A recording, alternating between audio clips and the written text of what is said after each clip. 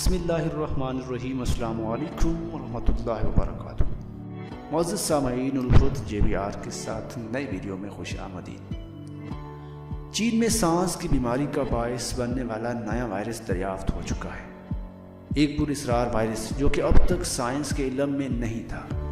چین کے شہر ووہان میں پھیپھڑوں کے شدید عارضے کا باعث بن رہا ہے۔ جی ہاں معزز سامعین، 10 جنوری تک موصول ہونے والی اطلاعات کے مطابق 50 افراد اس وائرس کا شکار ہو چکے ہیں، جن میں سے 7 کی حالت نازک بتائی جاتی ہے۔ معزز سامعین، جب کوئی نیا وائرس دریافت ہو جس سے لوگوں کو نمونیا ہو، ایسا وائرس ہمیشہ ہی صحت عامہ کے حکام کے لیے تشویش کا باعث بنتا ہے، اور دنیا بھر کے حکام اس وقت ہائی الرٹ پر ہیں۔ لیکن کیا یہ ایک عارضی وبا ہے جو آج ہے اور اگلے دن ختم ہو جائے گی، یا یہ کسی سنگین صورتحال کا پیش خیمہ ہے؟ تمام تر سوالوں کے جواب ملیں گے آپ کی اس ویڈیو میں۔ ویڈیو کی تفصیل میں جانے سے پہلے چینل پہ نئے آنے والے دوستوں سے درخواست ہے کہ پہلے یوٹیوب کے اس منفرد چینل آپ گینا ٹی وی کو سبسکرائب کرتے ہوئے ساتھ میں موجود گھنٹی کا بٹن ضرور دبائیں، تاکہ آپ رہ سکیں حالات حاضرہ سے ہر وقت باخبر۔ نیز ہمارے ان کاوشوں کا صلہ ویڈیو کو لائک کر کے ضرور دیا کریں۔ آئیں چلتے ہیں ویڈیو کی تفصیل کی جانب۔ یہ تو معزز سامعین، اس جراثیم کے نمونے مریضوں سے حاصل کیے گئے اور ان کا لیبارٹری میں جائزہ بھی لیا جا رہا ہے۔ چین میں حکام اور عالمی ادارہ صحت اس نتیجے پر پہنچے ہیں کہ یہ کرونا وائرس سے پیدا ہونے والی وبا ہے۔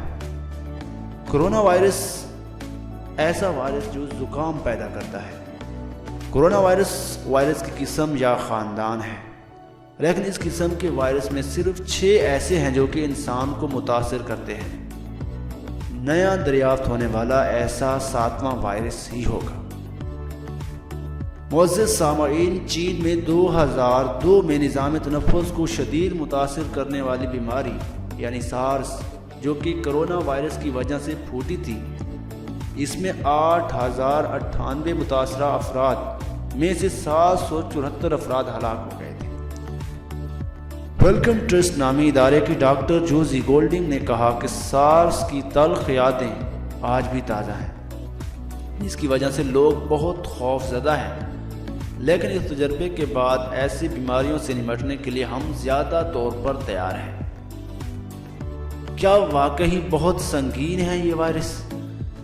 جی ہاں معزز سامعین، کرونا وائرس نزلے کی علامت سے شروع ہو کر مریض کی ہلاکت کا باعث بھی بن سکتے ہیں۔ نیا دریافت شدہ وائرس ابھی کہیں درمیان میں ہے۔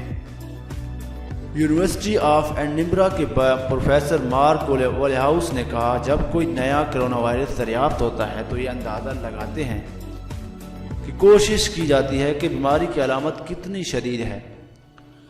انہوں نے مزید کہا کہ نئے وائرس سے ہونے والی علامات نزلے کی علامت سے شدید ہے، لیکن ابھی تک اتنی سنگین نہیں جتنی سارس کے وائرس کی تھی۔ تو چلیے معزز سامعین، یہ آپ کو بتاتے چلتے ہیں کہ یہ وائرس کہاں سے آیا۔ نئے وائرس ہمیشہ ہی سامنے آتے رہتے ہیں۔ وہ کسی جاندار میں ہوتے ہیں جہاں ان کا پتہ نہیں چلتا اور اس سے وہ انسانوں میں منتقل ہو جاتے ہیں۔ چین کی ایک یونیورسٹی کے پروفیسر جوناتھن بال نے کہا کہ اگر ماضی کے وباؤں کو دیکھیں اور اگر یہ کوئی نیا کرونا وائرس ہے تو یہ کسی جانور سے ہی آیا ہوگا۔ سارس وائرس سویٹ کینٹ نامی جانور سے انسانوں میں منتقل ہوا تھا، اور نظام تنفس کی بیماری مڈل ایسٹ،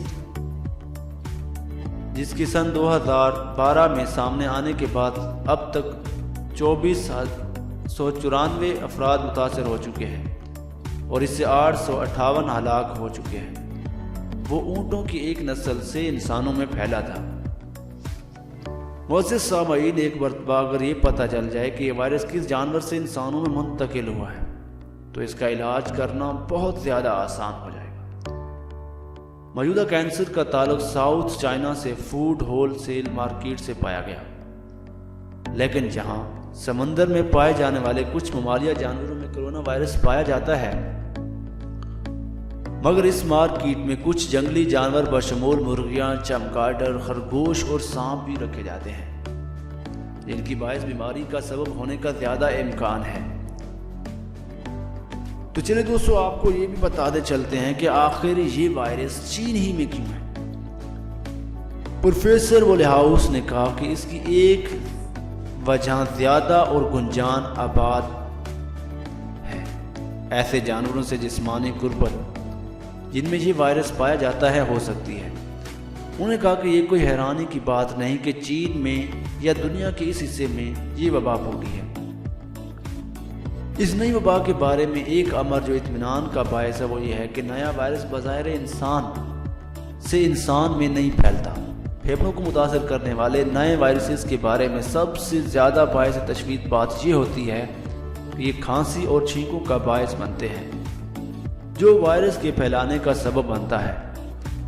اگر یہ ایک شخص سے دوسرے شخص میں منتقل ہو رہا ہے تو آپ کو یہ خدشہ ہوتا ہے کہ اسے طبی عملہ بھی متاثر ہو سکتا ہے کیونکہ وہ مریضوں سے براہ راست رابطے میں آتے ہیں۔ چینی حکام کا کہنا ہے کہ اب تک ایسا نہیں ہوا، تاہم کچھ ماہرین نے خبردار کیا کہ ابھی یہ کہنا قبل از وقت ہے کہ یہ انسانوں سے انسانوں میں نہیں پھیل رہا۔ پروفیسر وال کا کہنا تھا کہ قلیل عرصے 59 افراد کی جانب وائرس سے متاثر ہونا بظاہر لگتا ہے کہ بہت زیادہ ہے، لیکن یہ ابھی ایک حل طلب سوال ہے۔ پروفیسر ولی ہاؤس کا کہنا ہے کہ میں شک میں مبتلا نہیں بلکہ محتاط ہوں، یہ ابھی قبل از وقت ہے۔ زیادہ تر کرونا وائرس انسانوں سے انسانوں میں منتقل ہو سکتے ہیں، اسی لیے یہ میری ابتدائی تشویش ہے۔